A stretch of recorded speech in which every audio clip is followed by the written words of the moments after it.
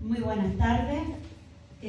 Gracias por acompañarnos esta tarde en la presentación de los 3 litigios de Torrequebradilla. Buenas tardes al excelentísimo señor alcalde de Villatorres, don Diego Calle, a María José, alcaldesa de Torrequebradilla, miembro de la corporación que nos acompaña, a Juan Benmar como prologuista de estos litigios, y siempre gracias y bienvenido a Paco Tirado, a Belén. No sé si antes habíais estado vosotros aquí en Torrequebradilla la primera vez. Un día de paso. Ya veis que es un pueblo pequeño, pero muy acogedor y también con mucha personalidad. Es para mí un honor, como concejala de Cultura y en representación de este equipo de gobierno, estar en la presentación de estos litigios, demostrando nuestra apuesta y compromiso con la cultura y con el arte en general. Este fin de semana es un ejemplo. Ayer presentábamos junto con Paco una novela de la Dehesa Vieja. Hace un momento hemos llegado de la presentación del cartel de Semana Santa de Vado de Torralba y hoy estamos aquí en Torrequebradilla y pena que mañana, con el colofón del fin de semana, inaugurábamos una exposición en el Museo Cerezo Moreno sobre música cofrade y la muerte de una persona importante dentro de ese mundo. Pues hemos el equipo de gobierno ha decidido dejarla para otro día. Pues nada, yo voy a ser breve, porque aquí tenemos protagonistas, María José, Paco, Juan, que quieren hablar.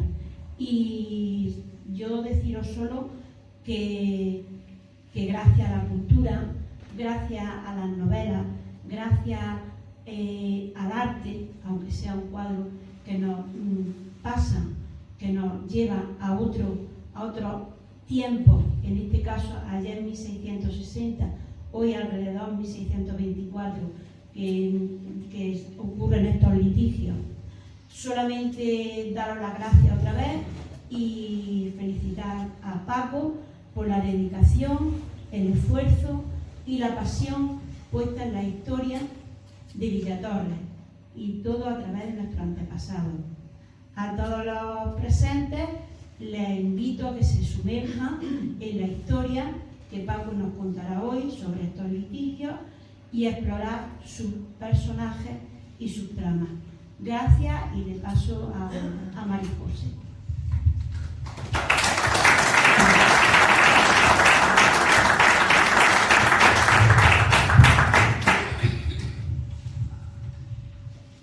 Bueno, pues buenas tardes a todos y todas.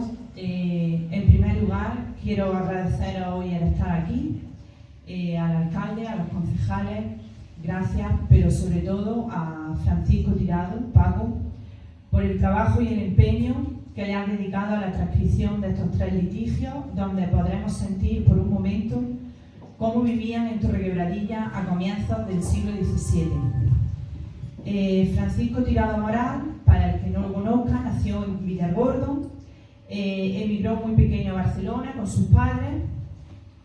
No obstante, nunca dejaron de visitar a sus familiares y amigos de Villargordo. Aunque él es un exitoso empleado de banca, ya jubilado, y no ha cursado cursos de historia, siempre ha sentido el gusanillo por descubrir sus orígenes, elaborar su árbol genealógico e intentar interesarse por todos sus antepasados, en los cuales ha descubierto que su bisabuelo paterno pues se apellidaba por casualidad Berrio, igual que yo, y era de Torrequebradilla. Así que pues somos familia o algo. Actualmente reside en Alicante y dedica su tiempo libre al estudio de la historia de España y de la genealogía, habiendo redactado varios artículos y ensayos, entre otros La ramajería, la Malcasada, el catastro del Marqués de Ensenada en 1752 de Villargordo, y lo más reciente, la dehesa vieja. Y antes de terminar, quiero agradecer también a Juan Bernal por su implicación con esto y con todo lo referente a nuestro pueblo. Siempre está para todo lo relacionado con Torrequebradilla. Y sin nada más, os dejo con él. Muchas gracias.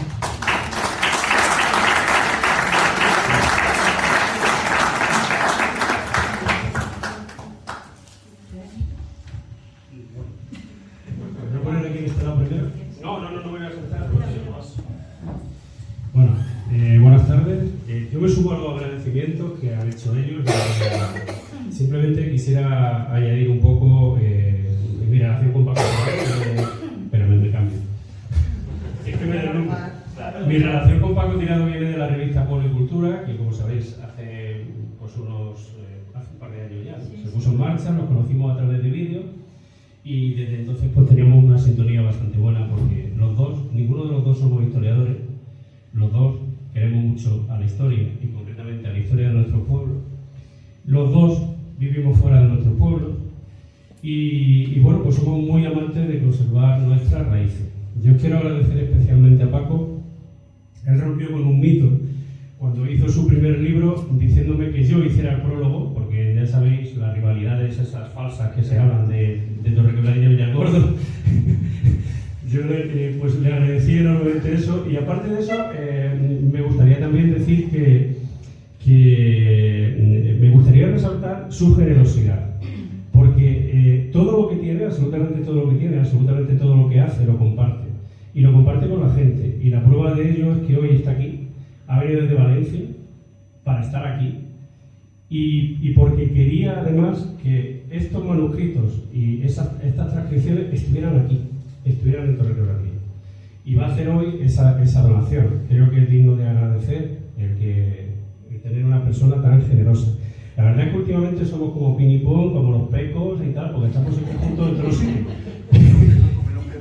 Yo espero que sigamos así. Y te voy a retar, y es lo siguiente. En el año 2040, ¿vale?, se va a celebrar el 400 aniversario de la creación del Condado de Torralba. Me gustaría que estuviéramos los dos aquí.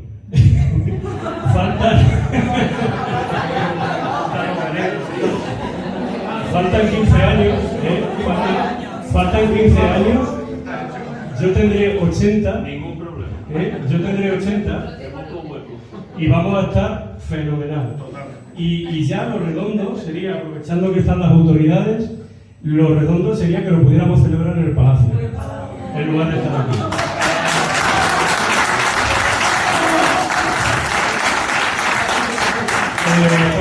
¿Reto aceptado? Por supuesto. Pues venga. A ver. Con el permiso Sí. Y además, ir preparando ya el dinero. Lo siguiente sería la creación del señorío de Torregroradilla, 500 años, pero ese ya es en el 50, ya es un poquito más, ya nos va a pillar un poquito pasado, bueno, vamos a...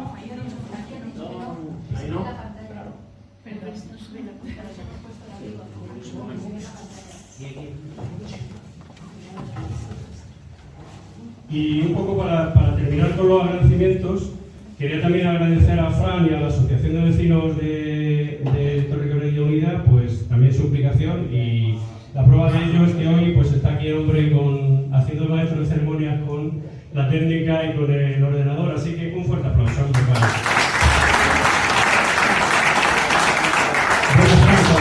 Vamos a empezar. Bueno, yo voy a contar porque le dije a Paco que quería que hablara, ¿no? Y entonces me comentó que pusiera un poco en contexto lo que él va a hablar después. Él va a hablar de la época, ya lo hemos dicho, del siglo XVII, del principio del siglo XVII, y va a hablar concretamente del conde de Torralba, de Íñigo Fernández de Córdoba y Mendoza, el gran benefactor de este pueblo. Y va a hablar también del alcaide, que se llamaba alcaide en aquella época, el alcalde que había en aquella época se llamaba Francisco de Ciria. Yo voy a contar un poquito la historia del pueblo antes de eso, de cómo estamos llegando allí, para que se entienda. Cuando quiera, Fran. Voy a empezar. Esto que veis aquí es un mapa de Torregroradilla que tuve el honor de que mandara el conde de Torralba. Y bueno, como podéis ver, me voy a acercar aquí un poquito, aunque no se vea muy bien. No sé si lo veis, pero bueno, aquí estaría el pueblo, en aquella época. Aquí veis que se adivina el pilar, aquí estaría el salado, aquí estaría el salado, esto es el arroyo de las Pilas, y aquí estaría el río Guadalquivir, ¿vale? Torralba quedaría por aquí. Y bueno, como digo, esto me lo mandó el administrador del conde de Torralba en el año 2020. Y bueno, pues es un mapa que se ve, bueno, pues ahí unas pequeñas casas y, como digo, lo más llamativo, a mí lo que más me llama la atención es el pilar. Se ve ahí que hay como una iglesia. Lástima que en la diapositiva no se vean las leyendas, que veis ahí que pone pilar, el número 12 a la derecha, el soto. Prometo la próxima vez traer una mejor, porque esto lo estaba preparando noche a las 2 de la mañana, en Madrid. Entonces, Fran. Bien. Como decía, bueno, pues cuentan que hay historiadores romanos como Plinio y Ptolomeo que decían que aquí, en el lugar que hoy ocupa el pueblo, había un sitio, un poblado romano, que se llamaba Oningigalia, y también parece ser que ese nombre aparece en un documento del Obispado de Baeza de los siglos VI y VII. Yo no he visto ese documento, pero bueno, es lo que hay. De hecho, en el ayuntamiento antiguo, aquí, había un cuadro con el escudo y debajo la leyenda que pone todo eso, ¿no? También dicen que los musulmanos pues fortificaron este poblado ya como un puesto avanzado del reino de Jaén y que en 1150 pues cae el poder de Alfonso VI, aunque fue recuperada poco después por los saracenos, a ver cómo lo digo para que no suene mal, por los que venían del norte de África, ¿no? Y por último, bueno, el historiador Jimena Jurado, que es un historiador que vivió en el siglo XVII, tiene un libro que se llama Antigüedades de Jaén y sitúa aquí lo que podría ser el castillo de Snade, que Fernando III pues parece que lo conquistó en una campaña cuando iba a conquistar Quesada y que encontró pues bastante resistencia y por eso derribó de ahí esa torre y parece ser que de ahí podría venir el nombre de Torre Quebradilla, de Torre Quebrada. Y como era chiquitina, pues Torre Quebradilla. Pero, como digo, todavía no se han encontrado restos de que esto pudiera ser así. Todo esto, como digo, es lo que se dice y lo que se cuenta, ¿no? En historia las cosas hay que demostrar, hay que encontrar documentos. Ahí está el reto a las generaciones futuras para que vayan haciéndolo. ¿Sigue, Fran? Bueno, ¿qué sabemos ya documentalmente? Esto ya sí son documentos, ¿no? En 1401 aquí había una dehesa. ¿Y qué era una dehesa? Paco lo puede explicar mejor, que tiene un libro que se llama La dehesa vieja. Pero era pues un terreno baldío donde estaban ahí, que iban los animales a pastar y tal,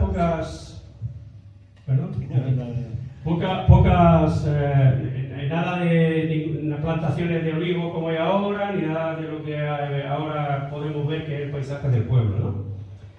Y el origen de esto viene, en principio, estaba el cortijo de Torralba y el origen de todo este tinglado que vamos a hablar ahora viene de ahí, del señorío de Torralba, del condado de Torralba posteriormente, pero en principio fueron señores de Torralba, ¿vale?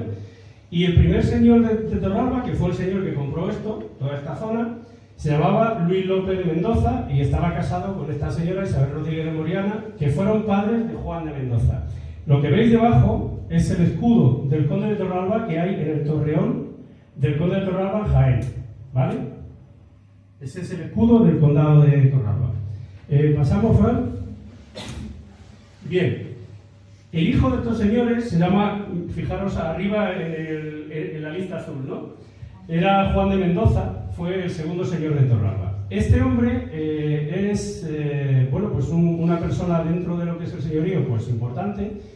Este hombre le encargaron que defendiera el Alcázar de Jaén en la época de la Reconquista. El Alcázar de Jaén estaba situado donde ahora está el castillo. Eso era el Alcázar de Jaén. Y ahí, pues claro, no es de la frontera, digamos, con el reino de Granada, estaba justo detrás. Y ahí había incursiones de gente que venía a atacar al castillo y él lo defendía. Era primo del Marqués de Santillana, del famoso Marqués de Santillana, el que escribía las poesías y tal. Y este hombre se casó, él era un tío de prestigio, o sea, era un político, por así decirlo, que tenía mucho prestigio, pero no tenía pelas. ¿Cómo lo arregla? Se casa con una señora que se llamaba Isabel Novoa, que era de origen judío y tenía mucho dinero. Ella cogía prestigio, blanqueaba, por así decirlo, su nombre y él cogía dinero. Se sabe que en el 1439 este señor construye una primera edificación aquí, y que creen, así lo cree también Pedro Valera, que es el que vino a hacer el estudio de Palacio, cree que es el origen de lo que hoy es la torre del palacio, el torreón principal. Compra además la dehesa de Torre Quebradilla, esta que habíamos hablado que existía desde 1401, la compra y en 1455 consigue del rey Juan II y a través de su hijo, que luego sería Enrique IV, que fuese lindada en el término de Jaén. ¿Esto qué quiere decir? Que estableció unas lindes y dijo, de aquí para acá es mío, y de aquí para allá Jaén. No tiene nada que ver, no tengo nada que ver con Jaén. Más o menos eso es lo que quiso, ¿no? Soy independiente de Jaén. Su testamento, el testamento de este señor, fue registrado en el 1468 y en él mejoraba a su hijo primogénito Juan Hurtado Mendoza con el tercio y el quinto sobre su heredad de aquí y repartía el resto entre sus 9 hijos. O sea, la heredad de aquí se la deja a su hijo mayor, ¿vale? Su hijo se llama también Juan Hurtado Mendoza, y en el 1470 se casa con Isabel Lucas de Nieva, que era sobrina del condestable Iranzo. El condestable Iranzo era el que defendía en aquella época también el castillo de Jaén. Era un tío que era muy fiero, y también un poco dictador. Vivía con mucho esplendor, hacía unas fiestas ahí en el castillo que no veas, y tenía muchos detractores que eran opuestos a la política que él estaba haciendo, ¿no? Este señor aparece asesinado en la catedral de Jaén. El crimen parece que se lo atribuyen a unos judíos, pero existían también sospechas de que este Juan de Mendoza, el Juan Hurtado Mendoza, el segundo señor de Torrola, estaba detrás de ese plan para asesinarlo. Y entonces empezaron a perseguirlo, los partidarios de tal. Desde 1491 a 1500 se sabe que este Juan de Mendoza no vivía en Jaén. Se cree que podía vivir aquí, escondido en esa torre, en lo que hoy es la torre del palacio, y que por eso lo dotó de más elementos defensivos. Si os dais cuenta, la torre había como una especie de troneras que eran para asomar por ahí los rifles y tal, y ir disparando. Había desde arriba, se podían lanzar también cubos de aceite hirviendo. En fin, el tío se metió aquí y tal, ¿no? Y como os digo, igual lo pongo ahí, que Pedro Galera pudo reforzar este carácter defensivo de la torre y refugiarse en su interior para defenderse de los que le perseguían por el asesinato de su tío político. Fran, la siguiente, por favor. Aquí tenéis, os dije lo de los límites. Fijaros la letra, Paco, esto es importante. Fíjate la letra que tiene eso, que ya te lo dejaré para que lo traduzca, ¿vale? Esto es un documento que he encontrado yo hace poco, de 1494, en el que supone, bueno, ahí arriba parece que se deja leer lo de términos de los lugares o cortijos de Torrequebradilla y Torrejón, ¿lo ves? Arriba. Bueno, pues os lo he querido poner porque esto, bueno, pues a lo mejor nos da también más pistas, luego te lo paso. Siguiente. Bien, aquí viene una gran señora, fundamental también en la historia de nuestro pueblo, María Hurtado de Mendoza, que era la cuarta señora de Torralba, la hija de la anterior.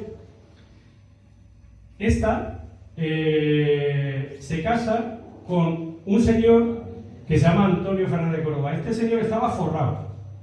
Este señor tenía mucho dinero, también tenía mucho prestigio, venía de la provincia de Córdoba, las casas de Córdoba de Baena y todo esto, y entonces tenía títulos para aburrir. Obtuvo títulos y privilegios del emperador Carlos V, como ahí lo pongo, ¿no? Corregidor de Cuenca, Toledo y Asturias, maestresala de la emperatriz Isabel I de Portugal. Un maestresala era como un mayordomo, ¿vale?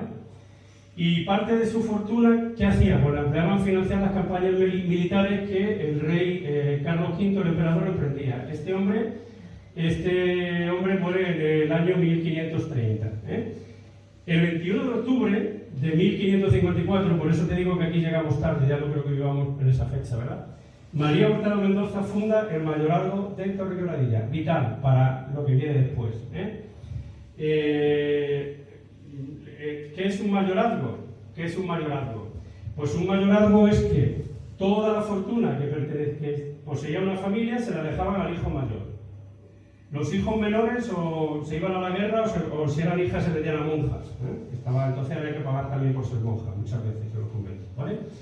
Y entonces se lo dejaba todo al hijo mayor. ¿Con qué idea? Para que la fortuna no se dividiera y se pudiera ir manteniendo. Y además esta gente como que tenía la obligación de casarse con gente también más rica para ir creando cada vez bastante más riqueza.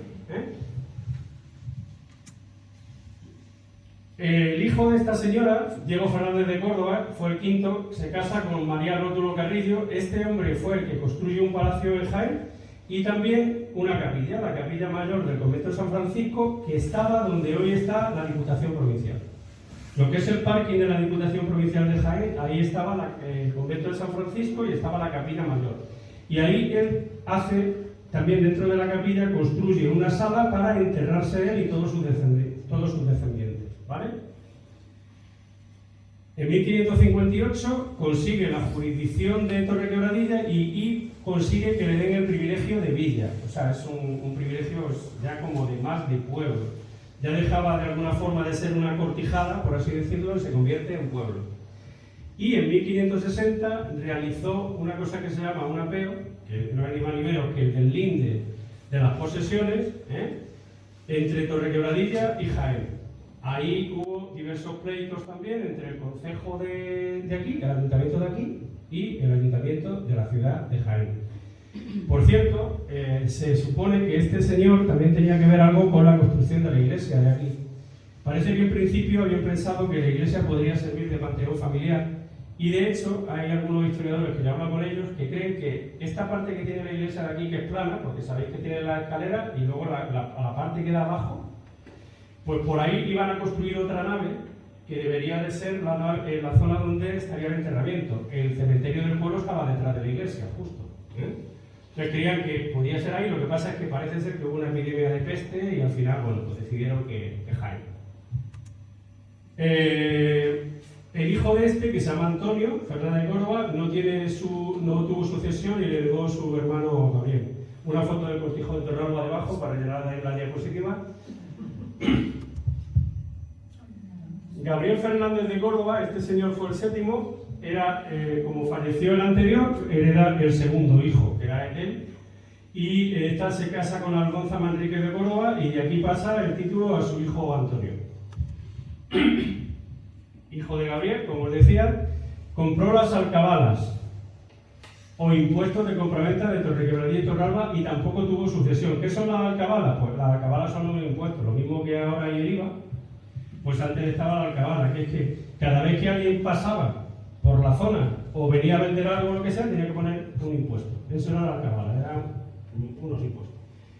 Y este hombre muere, y gracias a que muere él, hereda el gran Íñigo, que es el que vamos a hablar ahora de él. El famoso Íñigo. Bueno, el famoso Íñigo es el noveno señor de Torralba y también de Torrequebradilla. Fue bautizado en Jaén el 27 de mayo de 1596, en 1612 compra también las alcabalas, el 1 del 3 de 1620 se casa en la iglesia de San Ildefonso con una parienta suya que se llamaba Blanca Mesía de Guzmán, una señora que los tenía bien puestos, por cierto, señora de Monturqui y de la Torre del Maestre, marquesa de Fuentes y condesa de Talara. Como veis aquí, lo que os decía antes, él era señor de Torralba y Torrequebradilla, pero se casa con esta, que ya era señora de Monturqui, de la Torre del Maestre, marquesa de Fuentes y condesa de Talara. Los títulos y las posesiones se iban agrandando cada vez más. Siguiente, Fran. Tienen 8 hijos, entonces ya sabéis que era bien El primero, que fue el segundo conde de Torralba, Francisco. Gabriel, que falleció siendo joven en Granada. Aldonza, que se casa 2 veces. María, que es monja. Antonio, teniente coronel. Gonzalo, que era oidor de la audiencia de Sevilla, Ana, que era también monja, y Diego, que muere en 1651 en Ibiza. El 18 de junio de 1627 es nombrado caballero 24 perpetuo de Jaén. ¿Qué era un caballero 24? Era un concejal, para que nos entendamos. ¿Por qué se llamaban 24? Porque cuando Granada ya es conquistada, dejan en una de las puertas de una de las puertas que tenía la muralla de Granada de entrada, dejan a 24 caballeros de la época vigilando esa puerta para controlar quién pasaba, quién no pasaba y que no pasaran maleantes ni nada. Entonces, a partir de ahí, los que regían una ciudad se llamaban 24. Por eso se llama caballero 24. El poder que tenían era el que hoy puede tener un concejal, ¿vale? El martes, fijaros, que hasta el día de la semana, el martes 23 de junio de 1634, cuando este hombre se encuentra en Madrid para asistir a las Cortes, pues su mujer, que estaba muy enferma, estaba aquí en Jaén, le manda un poder notarial para que él haga, él haga el testamento de ella. Y como dato curioso, lo digo ahí, de especial relevancia para nuestro pueblo, deja a sus 2 hijas monjas 100 ducados. Las 2 hijas que tenía, hemos visto que eran monjas, estaban en Córdoba, en un convento en Córdoba, y les deja 100 ducados. Y dice, si mueren, estos 100 ducados que pasen a alguna descendiente de mi hijo Gabriel, que era el mayor de la familia, ¿no? Y si no tiene hijas, entonces que se destinen a casar doncellas de Torrequebradilla, de Torralba y del Cañaveral. Con eso se casaban. Había un orden de prelación de a quién tenían que elegir para dar eso y todo, que está en el testamento, ¿vale? El testamento tengo yo una copia, dejé una copia también en el ayuntamiento hace años, y hay algún artículo también en el que lo digo de una de las revistas de programas de fiestas. Fecha clave que os he dicho antes. El 10 de junio de 1640 este señor se convierte en el noveno señor de Torralba y Torrequebradilla, señor de Santo Domingo y del Cañaveral, y en el primer conde de Torralba. Ya da un salto más. De señorío a conde hay un escalafón más, ¿vale? Y es clave que este hombre se convierta en conde de Torralba por un título que otorga el rey, porque eso le hace como formar parte de la nobleza real, ¿no? El 28 de junio es nombrado caballero de Santiago. En 1641 lo nombran alcalde mayor de Toledo. En marzo del 44 designado gentilhombre de cámara para acompañar a Juan de Austria a la corte de Bruselas. En 1648 corregidor de Madrid. También fue alcalde mayor del Cabildo de la ciudad de Sevilla, alguacil mayor de la Inquisición de Córdoba. Y el 20 de marzo de 649 jura como caballerizo mayor de la reina y gentilhombre de la Cámara del Rey. Que era el caballerizo mayor, era como es ahora, por ejemplo, el jefe de la Guardia Real. O sea, antes los grandes señores pues tenían, no había coches, evidentemente, se desplazaban siempre en caballos, y tanto si iban a la guerra como si iban a visitar las posesiones, pues tenían que ir en caballo. Entonces este hombre era el encargado de que toda la caballería estuviera preparada para cuando lo requiriera el jefe. Y era el que mandaba también en todos los que iban a montar los caballos. Bueno, ¿me he dejado antes? ¿Pasa lo anterior? Ahí. Ah, no, estaba bien, vale. Ah, bueno, le dan 1.000.000 de maravedíes, es lo que decía. Por eso, 1.000.000 de maravedíes, que era un capitalazo, ¿no? Bien, después se va a acompañar a Juan de Austria, al famoso Jeromín, no sé si lo habíais oído, hay una película que se llama Jeromín, y se va a Italia. Y entonces Barcelona, que también estaban ahí en guerras, regresa en 1652 y ahí cae enfermo, el rey le concede permiso para retirarse, y ese mismo año, por la muerte de la abuela paterna, hereda también los señoríos de Fines y de Somontín. Y para mantener su renta entre 1658 y 1660, empieza a hacer pleitos también con el mayorazgo de Totanes en Almagro, Madrid y Toledo. Y el 10 del 60 recibe el título de primer vizconde de las Torres, que cedió a su primogénito. Fijaros la importancia que tenía este señor en aquella época. Bien, pues uno de los hombres de máxima confianza de este señor es este señor, Francisco de Ciria. Va a hablar luego Paco de él. Este era el alcalde del pueblo, el alcalde de Torrequebradilla, y era el mayordomo de su casa, o sea, era el que mandaba aquí, y también era el que se hacía cargo también de la casa de Jaén, que tenía en Jaén, ¿no? Y bueno, pues le beneficia siempre, el Íñigo Fernández de Córdoba beneficia siempre a este hombre, le deja una manda testamentaria de recompensa económica y también le da a su hija 200 ducados de dote para que se casara. O sea, nombra capellán mayor al prior de la iglesia de aquí. O sea, el cura de aquí lo nombra capellán mayor de toda su jurisdicción. Y bueno, ¿qué eran las capellanías? Capellanías eran, no sé si luego Paco lo podrá explicar mejor, pero era cuando una persona se moría, dejaba establecido en el testamento que le tenía que decir una serie de misas. Pues no sé, 3.000 misas dejó la mujer de Íñigo Fernández de Córdoba. Y todo eso a cambio de algún dinero.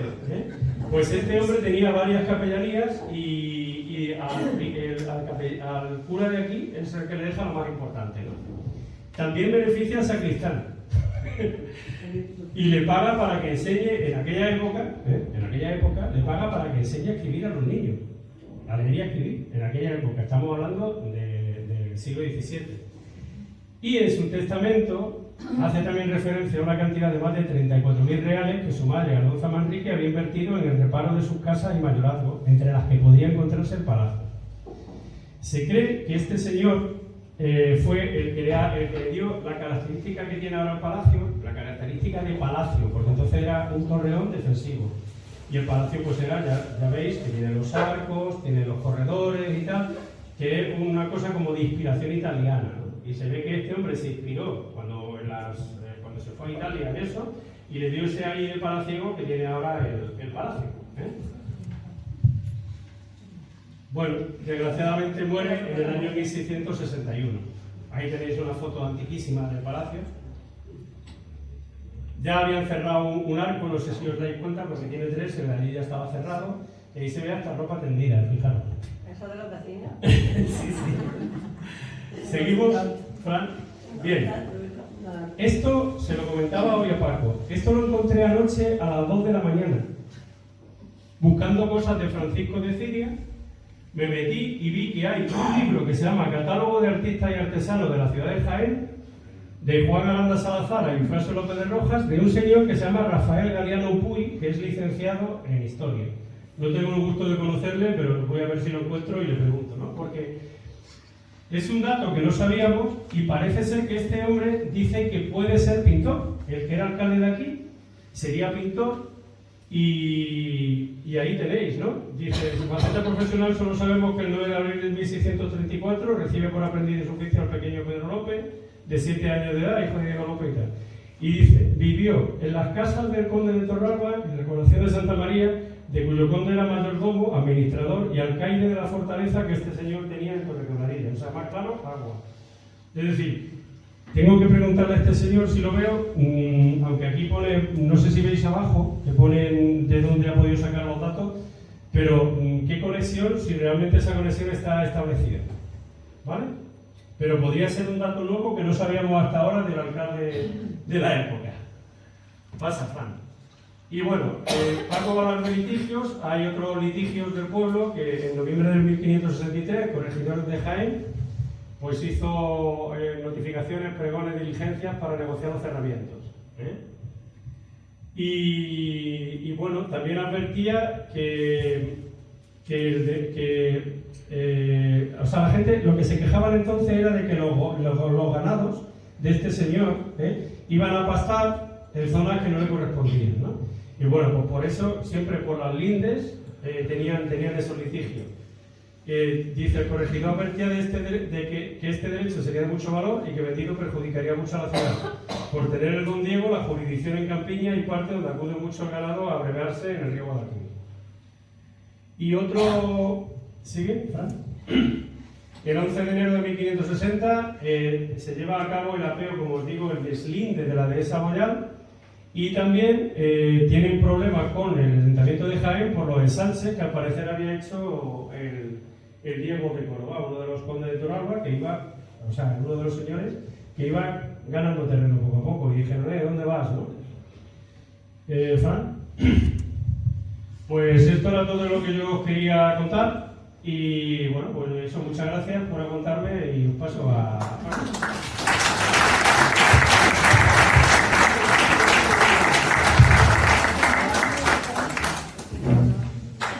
Buenas tardes. Antes que nada agradecer a la Corporación Municipal de Villatorres, a Diego, a Teresa, su presencia, a los demás miembros, a Maricose, que habéis sido todos muy amables conmigo y que me habéis permitido venir aquí a explicar estas cosas que voy a decir ahora. No solamente, como ha dicho Maricose, el apellido Berrio es de mi tatarabuelo, sino que también el otro tatarabuelo también era de aquí de Quebradilla. Se llamaba ella Justa Lendínez Castellanos. Tanto Luis Berrio, que luego en Villargordo montó una panadería. Este hombre nació aquí hacia 1820 y más o menos en 1850 montó allí una panadería en Villargordo. Pues son de la rama paterna, son mi tatarabuelo. Y siempre se ha... De hecho, mi tía Justa se llamaba Justa por estas Justas Lendínez. Hay mucha referencia en mi familia a Torrequemadilla.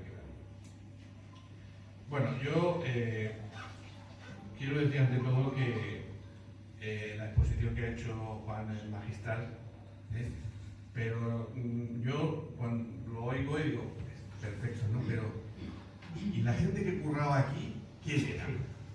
Porque al final, efectivamente, hablamos del conde, de la condesa, de doña Aldoza, la madre y tal, pero el barbero, ¿quién era? Y el que curraba, ¿quién era? ¿Y cuál era el problema que tenían cada día para eso? Porque además, estos antepasados míos de Torrequebradilla estaban aquí, ¿no? A mí lo que me llama mucho la atención, porque la historia parece que solamente de los condes, de los duques, es de mis antepasados que estaban aquí en Torrequebradilla, que sufrían cada día por currar y llevar un pan a su casa.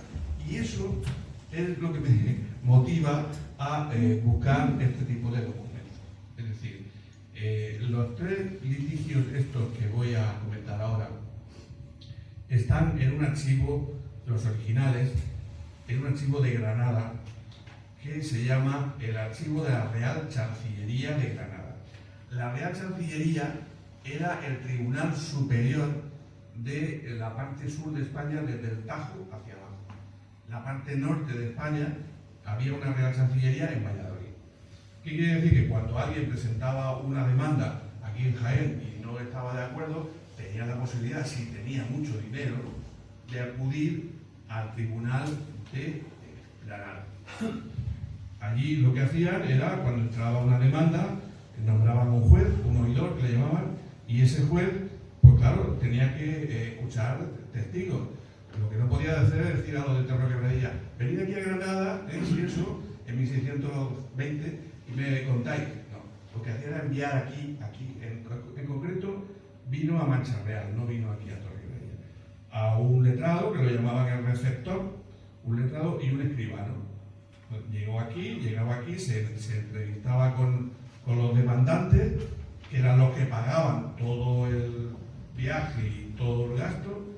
Estos le entregaban una lista de testigos para preguntarle unas preguntas, y durante unos días muy concretos, que yo iba anotando, lunes 13 de mayo de 1627, iban pasando los testigos y les iban preguntando siempre las mismas preguntas.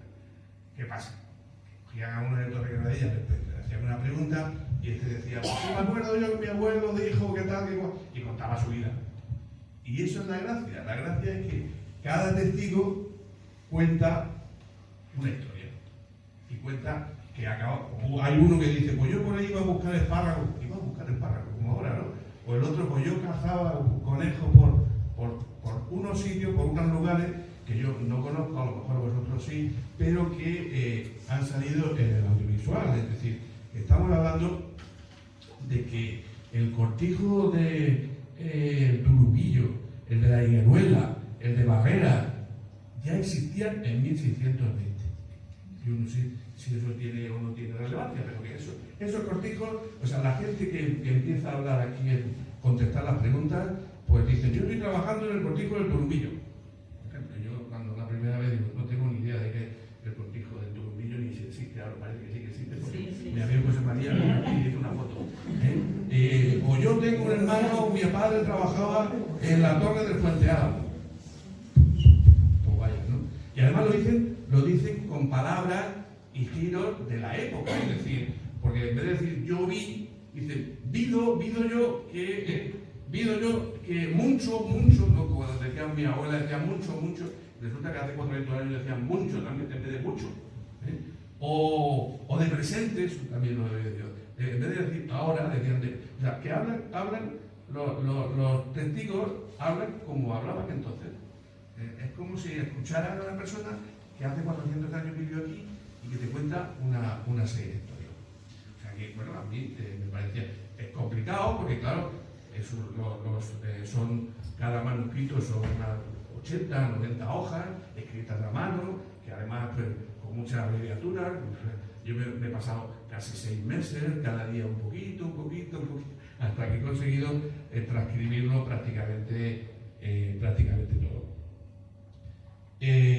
Bueno, como os he dicho, llegaban aquí el escribano y el letrado de la Real Chancillería, y bueno, la sorpresa fue que cuando yo comprobé los archivos, en el archivo ese de Granada, si había algo de Villalmordo, encontré un litigio de 1660, y aquí lo que parecía que eran 3, pero que realmente son dos como ahora veo. Pues ya ya una sorpresa, digo, vamos a ver, ya dos litigios, claro, son dos litigios porque los dos son prácticamente del conde de Torralba, que tenía mucha pasta. O sea, si no, aquí no, ninguno de aquí del pueblo podría haber pagado ni mucho menos lo que valía el litigio. Y en el caso de Villargordo, pues no lo digo porque como he escrito una novela y quiero que la vean, y ahí se explica por qué el alcalde de Villargordo y el alguacil fueron capaces de presentar una demanda contra los primos del conde de Torralba, los que estaban en el cortijo del Torrejón, los Mendoza, que eran primos. O sea que es otra historia, es una novela, porque además os digo, claro, leerse esto es muy complicado, pero si yo hago una novela de esto con un amor y con un amorío y tal, es más fácil leerlo, ¿no?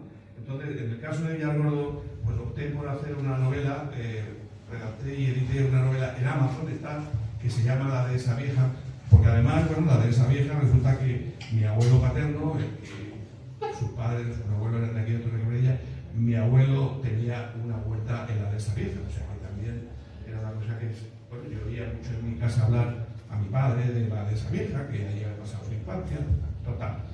Hay un litigio en Villargordo que ayer lo expliqué en una presentación, y aquí, en principio, hay 3 litigios que en realidad son 2.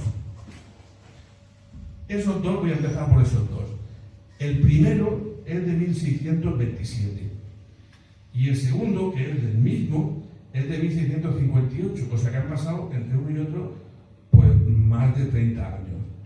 Y es el mismo litigio. Bueno, pues ¿de qué va ese litigio? Pues resulta que los canónigos de la Catedral de Baeza presentan una demanda contra don Íñigo Fernández de Córdoba porque los canónigos tenían aquí en Torregrolla un cortijo que se llamaba Las Peñas de Santa María. ¿Alguien ha oído hablar del cortijo de las Peñas de Santa María? No. ¿Y del cortijo del Racionero? Pues es el mismo. El cortijo del Racionero entonces se llamaba el cortijo de las Peñas de Santa María. Parece ser que había un cerro que también se llamaba las Peñas de Santa María. ¿Existe ese cerro? Bueno, pues a los testigos hablan de que había un cerro que se llamaba las Peñas de Santa María. Bueno, pues los canónigos eran propietarios de ese cortijo y se lo arrendaron a doña Aldonza, la madre de don Íñigo, y a don Íñigo. Y al cabo de un tiempo, parece ser que los canónigos vieron que el tal don Íñigo o la madre había ordenado hacer una acequia que venía de un arroyo que se llamaba Las Particiones. ¿Alguien ha oído hablar del arroyo de Las Particiones? ¿Sí? Que a su vez venía de una fuente que se llamaba de la Parra. ¿Alguien ha oído hablar de un arroyo o fuente de la Parra? Yo no tengo ni idea de eso, yo no digo. Bueno, pues cogen y hacen una acequia que atraviesa el cortijo y va a parar al primer olivar que había aquí en Torregrolla, que era el olivar del conde de Villargordo. Hizo ahí un olivar de riego y era el único olivar que había. Fijaos qué curioso, leyendo los litigios de lo que se entera uno, ¿no? Bueno, pues ese arroyo, esa acequia, pues no, parece ser, los canónigos decían que no habían dado a ellos la autorización para hacer esa acequia, que no la habían dado y por tanto que la tenían que quitar.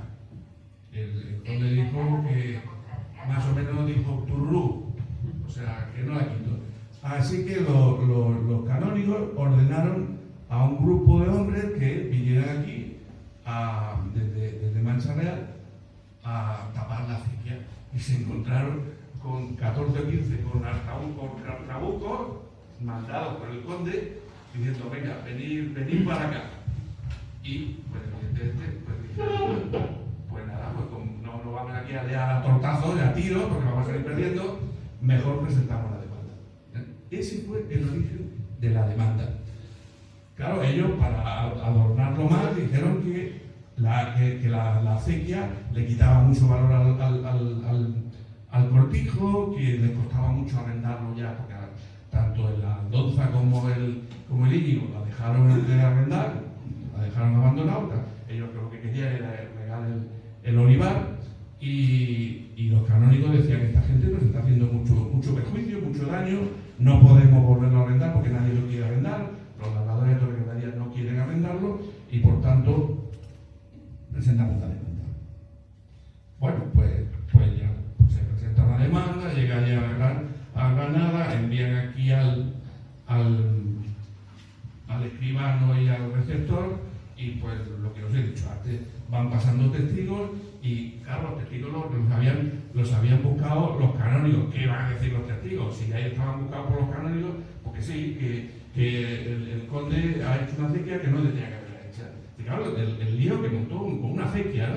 Que esa acequia no tenía que haber. Todos los testigos coinciden en que el conde y su madre, doña Rosa, han hecho una acequia sin tener autorización y que esa acequia está haciendo mucho daño al cortijo de la Peña de Santa María. Viene otro testigo, lo mismo. Bueno, luego dice que además iba buscando espárragos, pero insiste en que y otro. Bueno, acaba de leer el primer litigio y dice, joder, el conde de Torralba es este hombre cabrón, ¿no? Este tío que se ha creído, ¿no? Y dice, bueno, pues ya, me olvido, ya. Porque os tengo que decir que en los litigios no viene en la sanción, el dictamen, o sea, no está, no sabemos qué pasó cuando llegó ahí ya toda la documentación a Granada, no sabemos si finalmente lo demandaron y ganaron el juicio o no lo dice, no hay documentación. Pero el caso es que 30 años más tarde vuelve a estar con la misma. La acequia que pasa por el cortijo de la Peña de Santa María para regar el olivar. Y entonces, ¿qué pasa? Que el Francisco de Cilla, este famoso, presenta lo que le llaman una probanza, que es 40 testigos que quieren rebatir lo que 30 años antes habían testificado. No sé si os estáis perdiendo, ¿no? Pero es que es la leche, ¿no? 40 testigos que vienen a decir, ni más ni menos, que esa acequia ya estaba en la época del abuelo de Don Íñigo, ya existía. O sea que es mentira todo eso. Y dices, vamos a ver, pero 30 años y aún seguir con la acequia. Evidentemente la acequia seguía, ¿no? O sea que no la cegaron, ¿no? Claro, mientras tanto ahí con todos los testigos explicando que sí, además la edad que tenían, a lo que se dedicaban, porque cada testigo cuando se sentaba tenía que decir su nombre, dónde vivía, a qué se dedicaba, sea labrador o barbero o lo que fuera, ¿no? Y al final, pues claro, dice, pero vamos a ver, ¿quién tiene razón? ¿Los canónigos con que han hecho una acequia que no tenía que estar hecha? ¿O el Francisco de Cilla, que ha conseguido 40 testigos, algunos de Torrequebraría, otros de Mancha Real, diciendo que sí, que esa acequia ya estaba hecha de hacía más de 100 años? Pues ya lo dicen algunos testigos, es que daba igual. Lo de la acequia era una tontada, como decía mi abuela. O sea, los canónigos estaban muy molestos porque el conde de Torralba había favorecido allí en Jaén a los franciscanos, haciendo allí una capellanía y poniendo un montón de dinero para enterrarse allí. Cuando los de Baeza pensaban que tenía que ser eso en Baeza, que se tenía que gastar el dinero en Baeza, en la catedral de Baeza. Y como no podían decírselo así, pues decían así, pues te presento una demanda. Pero eso pasa hoy en día, ¿no? Que tienes un vecino que si pone la tele muy alta, pues lo voy a demandar porque aparca el coche delante de mi puerta, por ejemplo, ¿no? ¿Por qué? Porque así le toco las narices, ¿no? Pero bueno, claro, eso costaba mucho dinero, pero los canónigos tenían dinero, así que no les importaba. Mientras tanto, entre pitos y flautas, pues claro, la gente va soltando aquí sus opiniones, lo que piensan, y patatín, patatán, ¿no? O sea, es una pasada, ¿no? La mayoría de los testigos son de Mancha Real, porque aquí en Torrequebraría, en esa época, no sé si habéis visto al principio, en el audiovisual se ve una nota de un historiador que dice que aquí en Torrequebraría no había pilas. Quiere decir que no había pilas bautismales, o sea que no había iglesia. O sea que en la fecha en la que aparece esa nota, que me parece que en 1640, no había iglesia aquí en el pueblo. En la fecha esta que estamos hablando, aquí vivían aproximadamente unas 15 familias nada más. Y las 15 familias vivían porque trabajaban para el señor conde. Ellos mismos dicen, yo soy vasallo del señor conde. Lo dicen, que quiere decir que es del vasallo. Eso suena a una película de caballería, ¿no? Yo siempre, si hubiera alguien aquí historiador, me podía decir, ¿por qué dice usted que es un litigio medieval cuando normalmente los historiadores dicen que la época medieval acaba cuando se conquista América, en 1492? Bueno, pues porque a lo mejor acabaría la época medieval en Madrid o en Sevilla, pero en Villargordo y en Torrequebradilla, 200 años más tarde, seguía siendo una zona medieval y la gente de aquí eran vasallos del señor conde de Toralba. Bueno, concretamente hay un vecino que dice que la villa es tan corta que no llega ni a 20 vecinos, 20 familias, lo dice uno.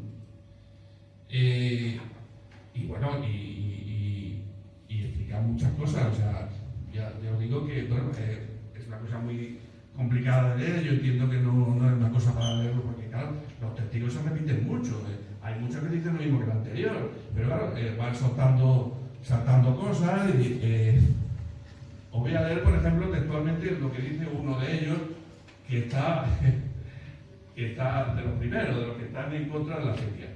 Dice que los labradores no quieren arrendar el cortijo ni estar en él por las vejaciones y molestias que les hace el dicho don Íñigo de Córdoba y sus criados, y porque no consienten que pase una carreta por encima de la acequia. Y respecto de ser el conde un hombre muy poderoso, los labradores saben que la dicha acequia pasa por medio de las tierras del dicho cortijo y no se atreven a dar agua a sus ganados por el temor del susodicho conde. Esos son los que testifican, lo que los canónigos traen para testificar en contra del conde.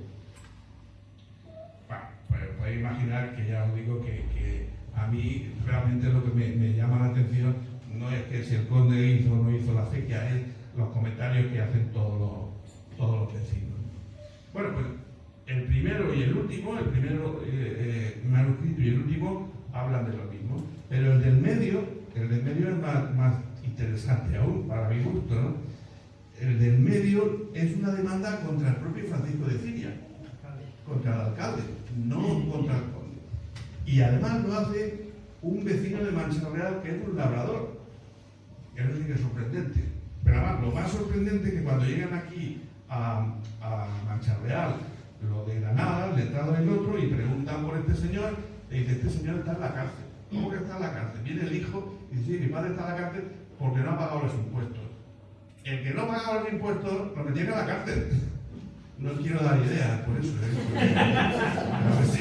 A ver si me va a escuchar a alguien de aquí de Hacienda y dice, hombre, qué buena idea, ¿no? En cualquier caso, bueno, pues dice, bueno, pues ¿qué hacemos? Y dice, no se preocupen ustedes que han nombrado a una persona que está en la cárcel, pero lo mismo, vamos a presentar a 20 testigos y vamos a saber por qué mi padre quiere, se llamaba, el que estaba en la cárcel, Francisco López de Moya.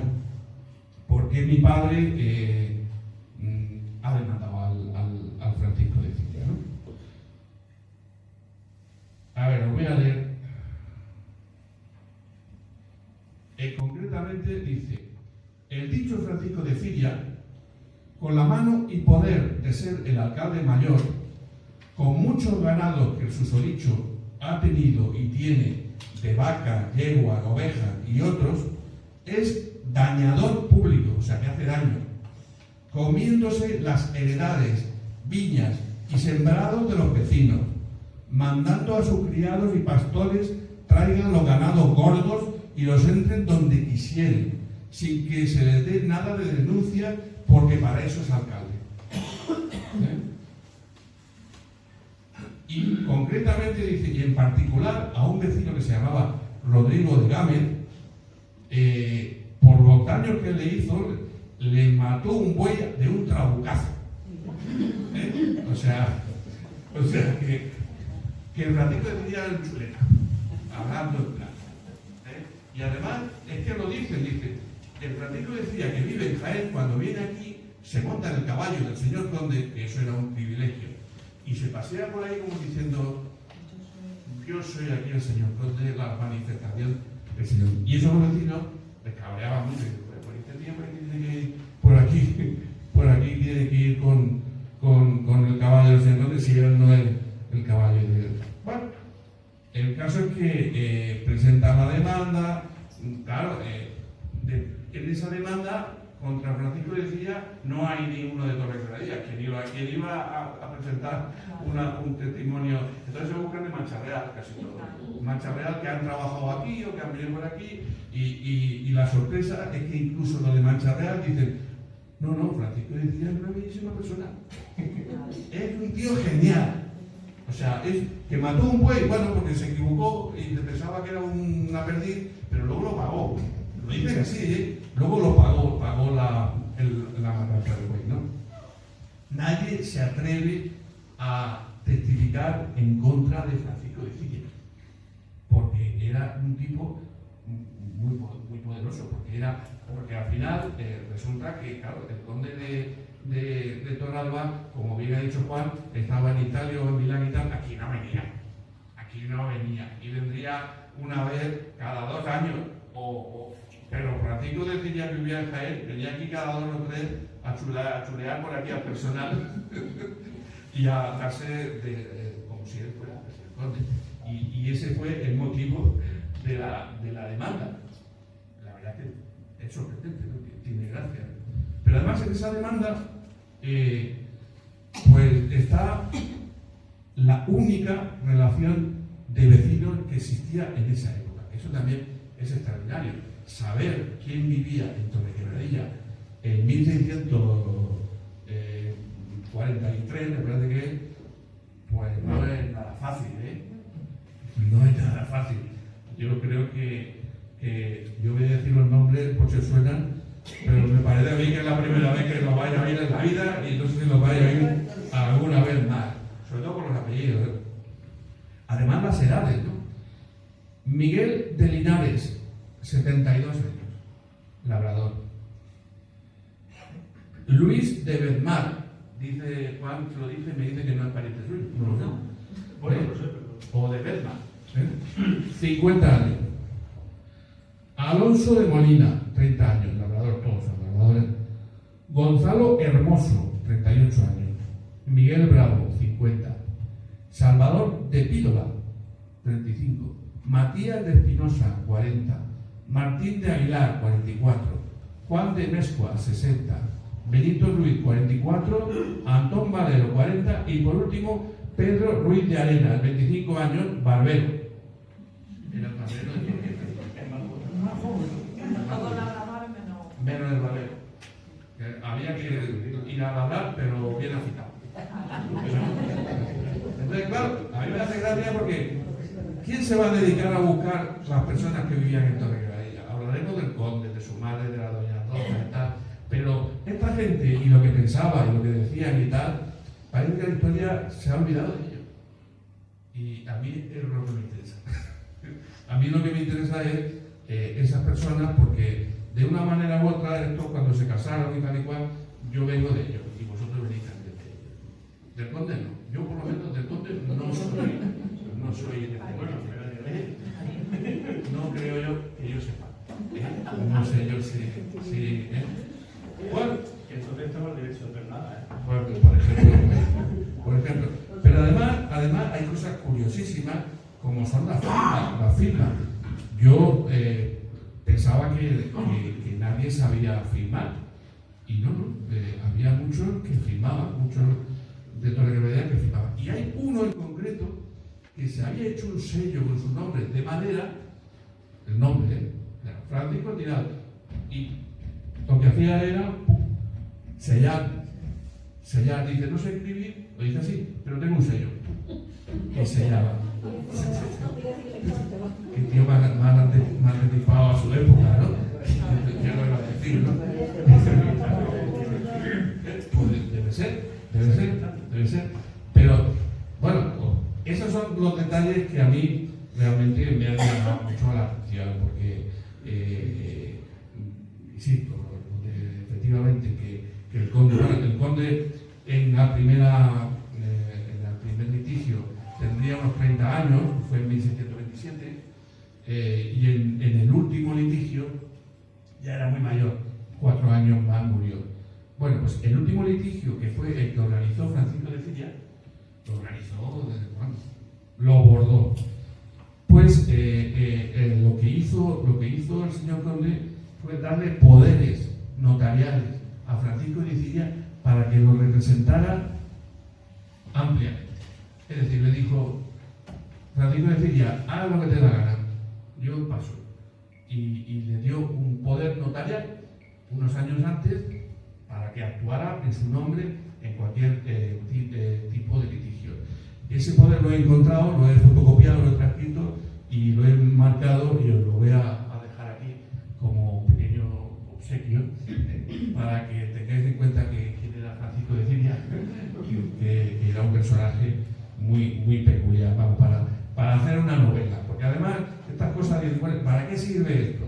Pues yo me lo he pasado bien, pero además, pues hombre, si a alguien le gusta escribir, pues puede escribir sobre temas concretos y sobre datos reales, porque es que aquí últimamente hay mucho historiador y muchas películas que se hacen y se lo inventan todo. Y no, hombre, hay que escribir en Torre Quebradilla cosas que realmente pasaron en Torre Quebradilla.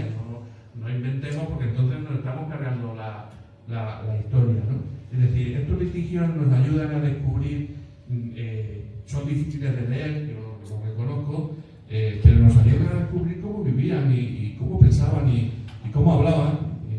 Y de ahí, pues, si queremos luego hacer una historia de amor o una historia de desamor, pues lo podemos hacer, pero porque es que, claro, encontrar otros documentos relativos a la gente del pueblo de aquí de Torre Quebradilla más antiguos me parece que es muy difícil, por no decir imposible. Yo creo que es muy difícil encontrar algo donde se detallen las personas y su edad. Además, es que hay muchas cosas que me han llamado mucho la atención. Por ejemplo, que había mucho octogenario. Es decir, muchos testigos tenían más de 80 años. Yo pensaba que antes, hace 500 años o 40 años, la gente no pasaba de los 60. Pues aquí en Torre Quebradilla debe haber buen agua o algo tendré. No sé, aquí, no, podríamos vivir aquí a ver si llegamos a los 100, porque muchos vecinos pasaban de los 80 años, incluso algunos de 90. Eso es bueno para saber que llegáis a 2040, ¿no? Efectivamente. El agua de Madrid es muy buena. Efectivamente. Bueno, pues como decía al principio, hay muchos lugares, hay muchos que relatan los propios testigos, hay testigos que se refieren a su... O sea, fijaros, si un testigo en 1640 tiene 50 años, quiere decir que ha nacido en 1590, y habla de que su abuelo en Torre Quebradilla ya trabajaba y hacía esto, quiere decir que su abuelo era de cuando se descubrió América, ¿no? Y da detalles, sí, porque mi abuelo que se llamaba, porque llamaba el nombre del abuelo, ya vio la acequia, por ejemplo, el caso de la famosa acequia de las narices, ¿no? O sea, muchos dicen, mi abuelo ya trabajaba aquí con el señor conde, se llamaba Antonio tal y cual, y la acequia ya la vio, con lo cual los canónigos no tienen razón, ¿no? La famosa acequia que atraviesa el Cortijo de la Peña de Santa María. Me he leído lo de Cortijo, la frase Cortijo de la Peña de Santa María aparece como 500 veces. Porque cada testigo, sí, ¿conoce usted el Cortijo? Lo conozco, porque mi abuelo trabajaba en el Cortijo, ¿no? Y ¿conoce usted a don Íñigo Fernández? Lo conozco, a doña Anduza también, la conozco, la madre, ¿no? La madre que parece ser que fue la instigadora de la famosa acequia, ¿no?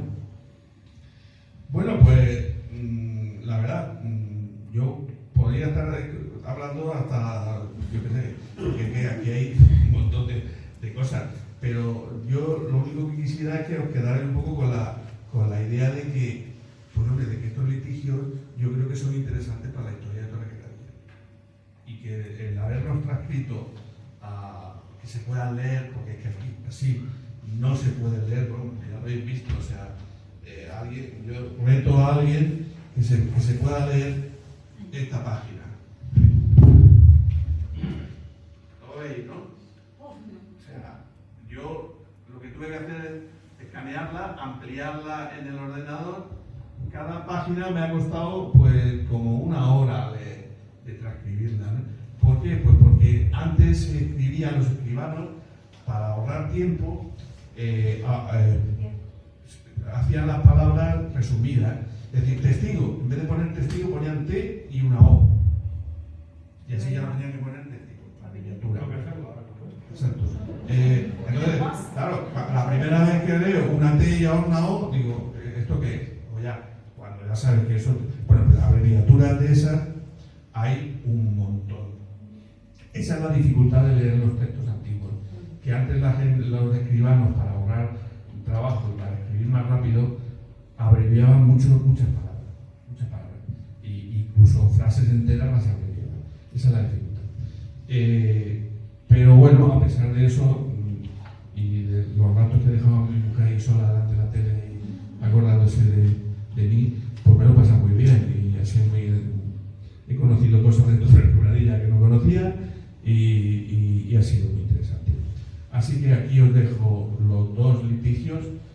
Lo tengo escaneado todo, por lo tanto puedo trasladarlo por si queréis hacer alguna copia. Insisto, son litigios de un juicio, o sea que son un poco aburridos de leer, ¿no? No es una cosa para pasarlo bien. Pero claro, si te lo lees, pues vas entrando en la historia de Torregroradilla de esa época. Y poco más. Lo único que si queréis hacerme alguna pregunta, nada más. Yo quería hacer una pregunta sobre la lista que has dicho de testigos. Sí. Hay uno que Alonso de Molina. No sé si es Antonio de Molina. Antonio de Molina, ¿no? Es que no sé si es una coincidencia o tiene que ver algo con un tal Alonso de Molina de Úbeda, donde fue, se ve que él fue un personaje y había tiene por allá unas calles, su nombre y varias cosas. A ver si era pura coincidencia o tenía algo que ver. Yo creo que un Antonio de Molina de 25 años, que tenía 25 años en el año 1644, o sea que nació en 1610 o algo así, y que era labrador, no creo que tuviera mucho que ver. El apellido Molina era muy común, no creo yo que tuviera que ver. No sé si encontrar también si supo filmar o no, porque bueno, si filmaba quería decir que tenía algo de cultura, ¿no? Que le habían enseñado, ¿no? A filmar, ¿no? Pero, bueno, también quería decir que algunos, por ejemplo, Asensio de Castilla, que es uno de los que dice que es labrador del cortijo de Turumbillo, dicen dónde trabajan, dicen dónde trabajan, en qué cortijo trabajan, o han trabajado sus padres o sus abuelos. Este en concreto dice que sí, que le había dado un arcabuzazo al buey, que el Francisco de Cirio le había tirado un arcabuzazo con que había muerto el dicho buey. Y no sé más de lo que dice, ¿no? O sea, estaban acojonados, o sea, esto de un tío de Granada, como se entera el señor Conde o el Francisco de Cirio, que estoy hablando más que él. Sí, estas son las firmas. Las firmas, fijaos, cuando he encontrado una firma de uno de los testigos, la he puesto aquí, ¿no? Bueno, algunos dicen una firma un poco rara, pero otros, ese por ejemplo se lee muy bien. Luis Jurado, que ese era de Mancha Real, ¿eh? Ese no lo... Pero no sé, no creo que tenga nada que ver con ese ¿no? O sea, eran labradores, labradores, pues son jornaleros, que gente muy humilde, ¿no? Sí, fue una coincidencia, no tenía Pura algo coincidencia. que tenía que ver. Pura coincidencia. Ese fue un personaje también en Úbeda y que... Bueno, hay cosas, es que ya os digo que podía. Cuando llegaba un letrado en este caso Mancha Real, se entrevista con el alcalde y le enseña un documento donde se refleja quién es, porque entonces no había carnet de identidad. Aquí lea usted y ahí ponía, el que lleva este papel es pues el letrado de la Real Chancillería. Y entonces cuando eso pasaba, lo cogían, el documento, lo besaban y se lo ponían a la cabeza. ¿Por qué? Yo qué sé. Dice así, el alcalde de Mancharreal en aquel momento se llamaba Pedro de Aranda San Esteban, le entrega la documentación, el receptor que se llamaba Melchor Carrasco, y dice Pedro, el alcalde dice, este tomó en sus manos el documento, lo besó y se lo puso sobre su cabeza, con el tratamiento y respeto debido. Como lo quitas a la cosa. Sí, Claro, ahora yo quiero saber, o sea, alguien cuando llega a decir si te lo hacen, ya sabes que con el tratamiento debería de ser, en aquella época, pues otra cosa que os digo que sale. El que estaba en la cárcel lo habían metido por algo que se llamaba, el impuesto se llamaba servicio o quiebra de millones. Y era un impuesto que gravaba la venta de carne, aceite, vino y vinagre. O sea, este hombre pues, se ve que había vendido carne, no había pagado el impuesto, a la cárcel. Sí. Y ya os digo, es que van pasando páginas y van saliendo cosas. Bueno, os tengo que decir que antes, en esa época, había dos tipos de personas que eran los que pagaban impuestos y los que no pagaban impuestos. Igual que ahora. Y los que no pagaban impuestos eran los pecheros, que les llamaban, porque trabajaban con el pecho. Y los que se escapaban eran o bien los nobles o los hidalgos, o los hijos de algo. Entonces, claro, había torta por demostrar que uno era un hidalgo. ¿Por qué? Pues porque así no pagaban impuestos.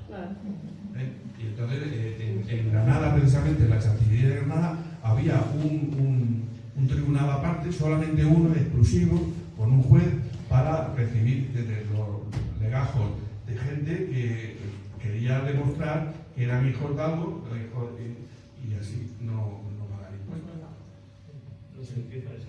Ahora mismo, por ejemplo, es más fácil, te haces senador o diputado en las Cortes y no pagas impuestos. ¿Es fácil?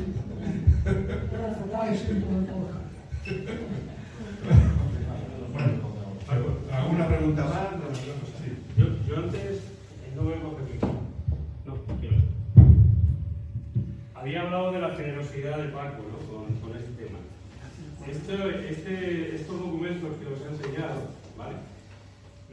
Yo tengo uno, escrito así, que es un documento sobre la construcción del pilar, que podría suponerse que es del año 1500 o por ahí, ese pilar que tenemos ahí, que lo teníamos abandonado.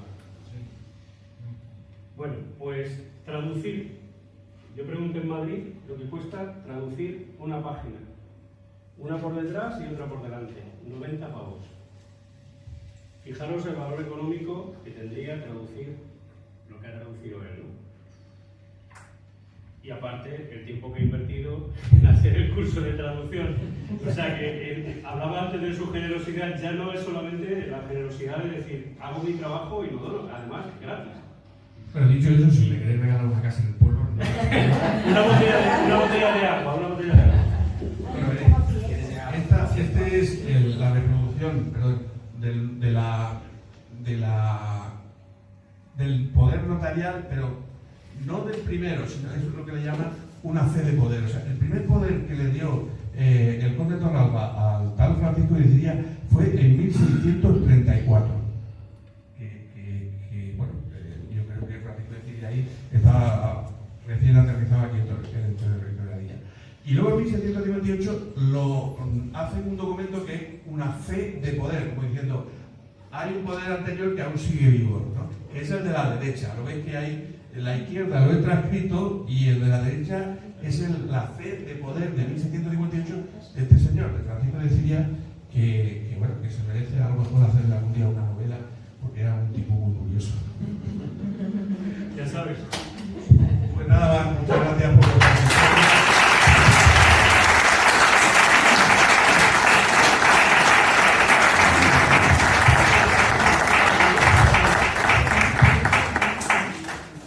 Bueno, pues yo le voy a dar un obsequio para que tengan un pequeño detalle de aquí de Torrequebradilla, que es aceite de nuestra cooperativa y dulces típicos de nuestra panadería.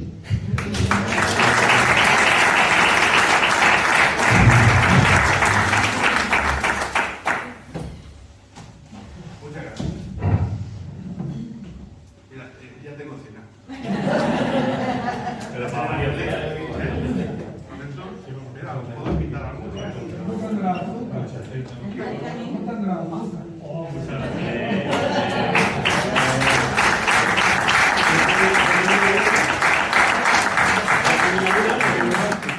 Pero poneros con la donación, ¿no? La fe del poder de... Ahora ya no hacemos una foto todos. Os Juan, pues no, ahora ya no hacemos todos. Podemos haber ocurrido a Bueno, ahora nos ponemos todos. Venga, vale.